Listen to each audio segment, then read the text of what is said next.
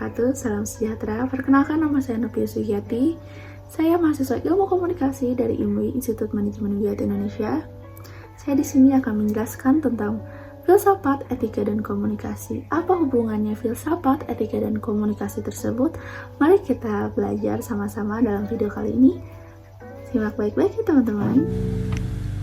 Pada pembahasan kali ini kita akan membahas filsafat, etika, dan komunikasi. Pengertian etika.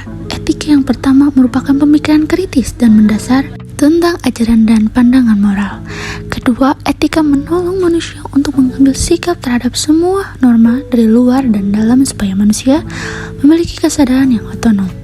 Yang ketiga, nilai-nilai atau norma yang menjadi pegangan bagi seseorang atau kelompok dalam mengatur perilakunya. Etika sering disebut filsafat moral. Etika merupakan cabang filsafat yang berbicara mengenai tindakan manusia dalam kaitannya dengan tujuan utama hidupnya. Pembahasan selanjutnya, mengapa perlu etika? Yang pertama, masyarakat semakin pluralistik. Yang kedua, transformasi masyarakat modernisasi. Yang ketiga, perubahan sosial budaya dan moral dapat dimanfaatkan oleh pihak yang tidak bertanggung jawab. Yang terakhir, etika pun diperlukan umat yang beragama. Tugas etika. Yang pertama, mempersoalkan norma yang dianggap berlaku. Yang kedua, mengajukan pertanyaan atas legitimasi. Yang ketiga, mempersoalkan hak setiap lembaga. Yang keempat, memberikan bekal pada manusia untuk bersikap rasional terhadap semua norma. Yang terakhir, alat pemikiran yang rasional dan bertanggung jawab bagi seorang ahli dan siapapun yang tidak ingin diombang-ambing norma. Ada dua jenis etika, deskriptif dan normatif. Yang deskriptif berbicara tentang fakta, menyoroti secara rasional dan kritis tentang apa yang diharapkan manusia mengenai sesuatu yang bernilai. Yang kedua, normatif, memberikan penilaian serta himbauan kepada manusia tentang bagaimana harus bertindak sesuai dengan norma yang berlaku, mengenai norma-norma yang menuntun tingkah laku kepada manusia.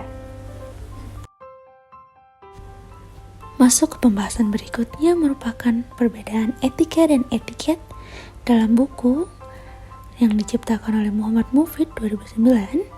Etika yang pertama memberikan norma tentang perbuatan, kedua berlaku tanpa memperhatikan ada orang lain atau tidak, ketiga bersifat mutlak dan universal, yang terakhir yang nomor 4 bersifat batiniah, internal manusia. Etiket yang pertama memberikan menunjukkan cara dalam bertindak, berlaku dalam pergaulan sosial, bersifat relatif, dan yang terakhir bersifat lahiriah. Dan selanjutnya, etika dan agama. Menurut Muhammad Mufid dalam bukunya yang ditulis pada 2009, yang pertama, etika berdasar pada argumen rasional, sedangkan agama berdasarkan pada wahyu Tuhan. Dalam beragama, terdapat etika dan agama menjadi salah satu norma dalam etika. Dan yang ketiga, dalam tataran praktik tidak dapat mengesampingkan keduanya. Jadi sama-sama etika dan agama harus memperhatikan etika, dan agama selalu memerintahkan kita untuk selalu beretika dalam bertindak ataupun melakukan sesuatu.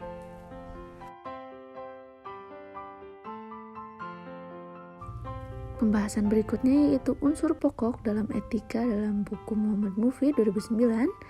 Kebebasan. Dapat dikatakan bahwa kebebasan adalah unsur hakiki etika. Kebebasan eksistensial adalah kemampuan manusia untuk menentukan dirinya sendiri.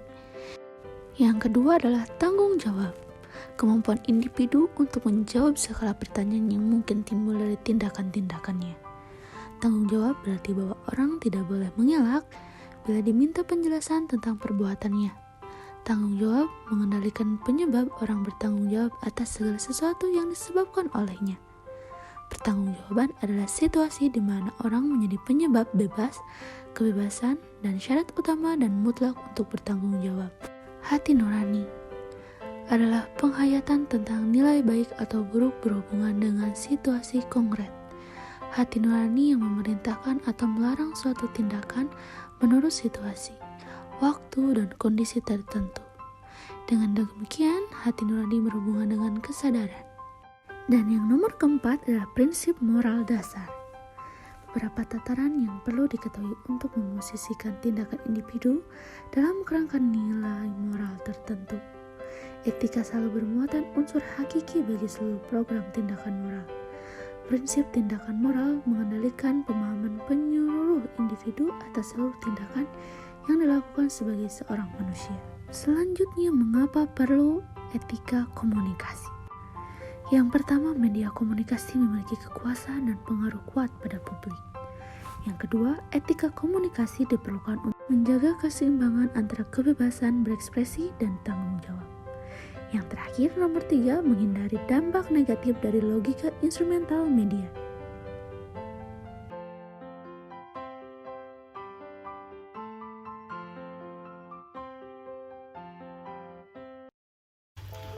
Sekian pembahasan tentang filsafat, etika, dan komunikasi. Maaf bila ada salah-salah kata atau pembahasan yang kurang dimengerti, karena saya juga sebagai mahasiswa masih belajar. Mohon kritikan dan sarannya. Saya Nopia Sugiyati, izin undur diri. Terima kasih. Assalamualaikum warahmatullahi wabarakatuh.